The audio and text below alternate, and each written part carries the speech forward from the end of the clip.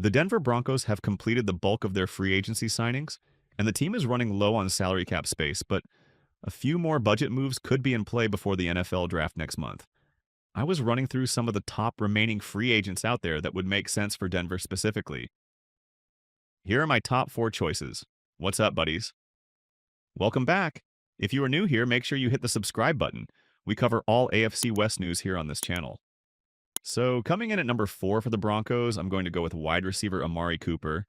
Oh, I do not believe a wide receiver is as big of a need for the Broncos as some people like to think it is, but I still think that a veteran piece like Cooper has its upside for a young, up-and-coming quarterback like Bo Nix. Now, Cooper was terrific in 2022 and 2023, but this past season, the guy fell off a cliff, and I don't really have the answer as to how or why. The likely answer is age, but I mean, he was playing some of the best football of his career just 12 months ago, and all of a sudden, this season rolls around, and he was involved in some preseason trade rumors between the Browns and the Niners and Brandon Ayuk. Now, I am not advising or pushing Cooper to come to Denver to replace Marvin Mims or Devon Vale or one of those guys at the top of the depth chart. No, I just think it'd be nice to have a quality backup veteran like Amari Cooper so that if an injury were to happen, Bo Nix can feel confident that the next man up is someone who has been doing this for a long time. He knows how to read defenses, he also knows what his quarterback wants in a receiver, and he's going to put himself in a spot where the ball can find him. He can move the sticks on 3rd and 10. You're not going to get Amari Cooper screaming down the sideline for a 60-yard touchdown probably anymore, but if you can get Cooper to come in and fill in for an injured player, or just provide some extra looks and things like that, I don't see much of a downside to it. I don't believe it'll cost very much for Cooper's services. It would be a cheap one-year deal.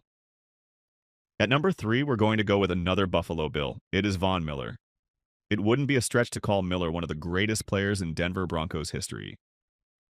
Miller, the Broncos' second overall pick in the 2011 NFL Draft, spent the first 10 years of his career with the Broncos and was a massive part of why they hoisted the Lombardi Trophy in Super Bowl 50. Miller was traded to the Rams in 2021 and helped Los Angeles win a Super Bowl before inking a deal with the Bills in 2022. While Miller's time in Buffalo didn't go according to plan, he had 6 sacks this past season and could continue playing if he so chooses. So, if they're bringing back Von Miller, it's to have a nice feel-good ending for his career. If Von Miller played his entire career with other teams, would we be talking about him? No, we would not. But because he is a future Hall of Famer, he's one of the best to ever put on a Broncos uniform, I understand how we get to this point in the conversation, but I would not be advertising for Miller to come to Denver and have a large role on this defense. He hasn't had one the last 2 years in Buffalo, and the numbers speak for themselves. 6 sacks a season to go. He's playing maybe a third of snaps on a good day, and I would like to see Jonah Ellis and Dondrea Tillman continue to develop. And having Miller on the roster is probably going to get in the way of that, right? He's going to take away some snaps from those younger players, and maybe just limit their potential and their development in year 2 and 3 of their career. So I'd be very content with just continuing with the same 4 top pass rushers you had last year in Bonito and Jonathan Cooper, because they're not losing their starting jobs to a guy who has 6 sacks. Combined over the past 2 seasons and the rise of second-year man Jonah Ellis, and one of the best undrafted free agent signings in Dondrea Tillman as they continue to, spread their wings as backups on this team. So while I won't be upset is a strong word, I won't be mad they signed Von Miller. It's Von Miller. How could you be mad about that? But I am not on the campaign trail for, let's bring back Von Miller. All right, let's move on to the next free agent to keep an eye on here. At number 3, I want to go with another defender. It is cornerback Mike Hilton. The Broncos have not had very good cornerback depth the last few seasons. When the starters gone down or when the starters had to be benched, the best backup I think Denver's had at corner since 2021 would have to be Fabian Moreau when they benched Derry Mathis in 2023, right? Like, Kyle Fuller didn't work out as a backup. Yeah, I could think about this more, but I don't have a ton of faith outside of the top 3 starters, and so adding a player like Hilton, who's been in the league for 8 seasons, who's predominantly been a slot corner, but he's got the physicality, he's got the wherewithal to play across the defense. If something were to happen to one of your top 3 guys, I'd be comfortable with Hilton going at this nickel and replacing Jaquan McMillian if needed, or bouncing outside. Riley Moss, through 2 seasons in the NFL, has had 2 injuries. He missed all of training camp his rookie season, and he spent a month last year on the bench dealing with a soft tissue injury, so we should not believe that Moss is Iron Man that can never miss a game. No, he has shown that injuries are a con to his profile, and adding a nice quality veteran backup to a cornerstone position is something that I am never really opposed to, especially when the backups to begin with at that spot don't give me a lot of confidence. So, I'd be on board with bringing Hilton over to Denver in a backup role and having a little bit more insurance at that spot where if something were to happen to one of your top 2 to 3 corners, you've got a guy on the bench who has played and started in this league for almost a decade. Moving on to number one, it is J.K. Dobbins. Now, J.K. Dobbins is a tough number one because I am not banging the table for Denver to sign Dobbins, but when I rank Dobbins amongst these other players, it makes more sense than anyone else.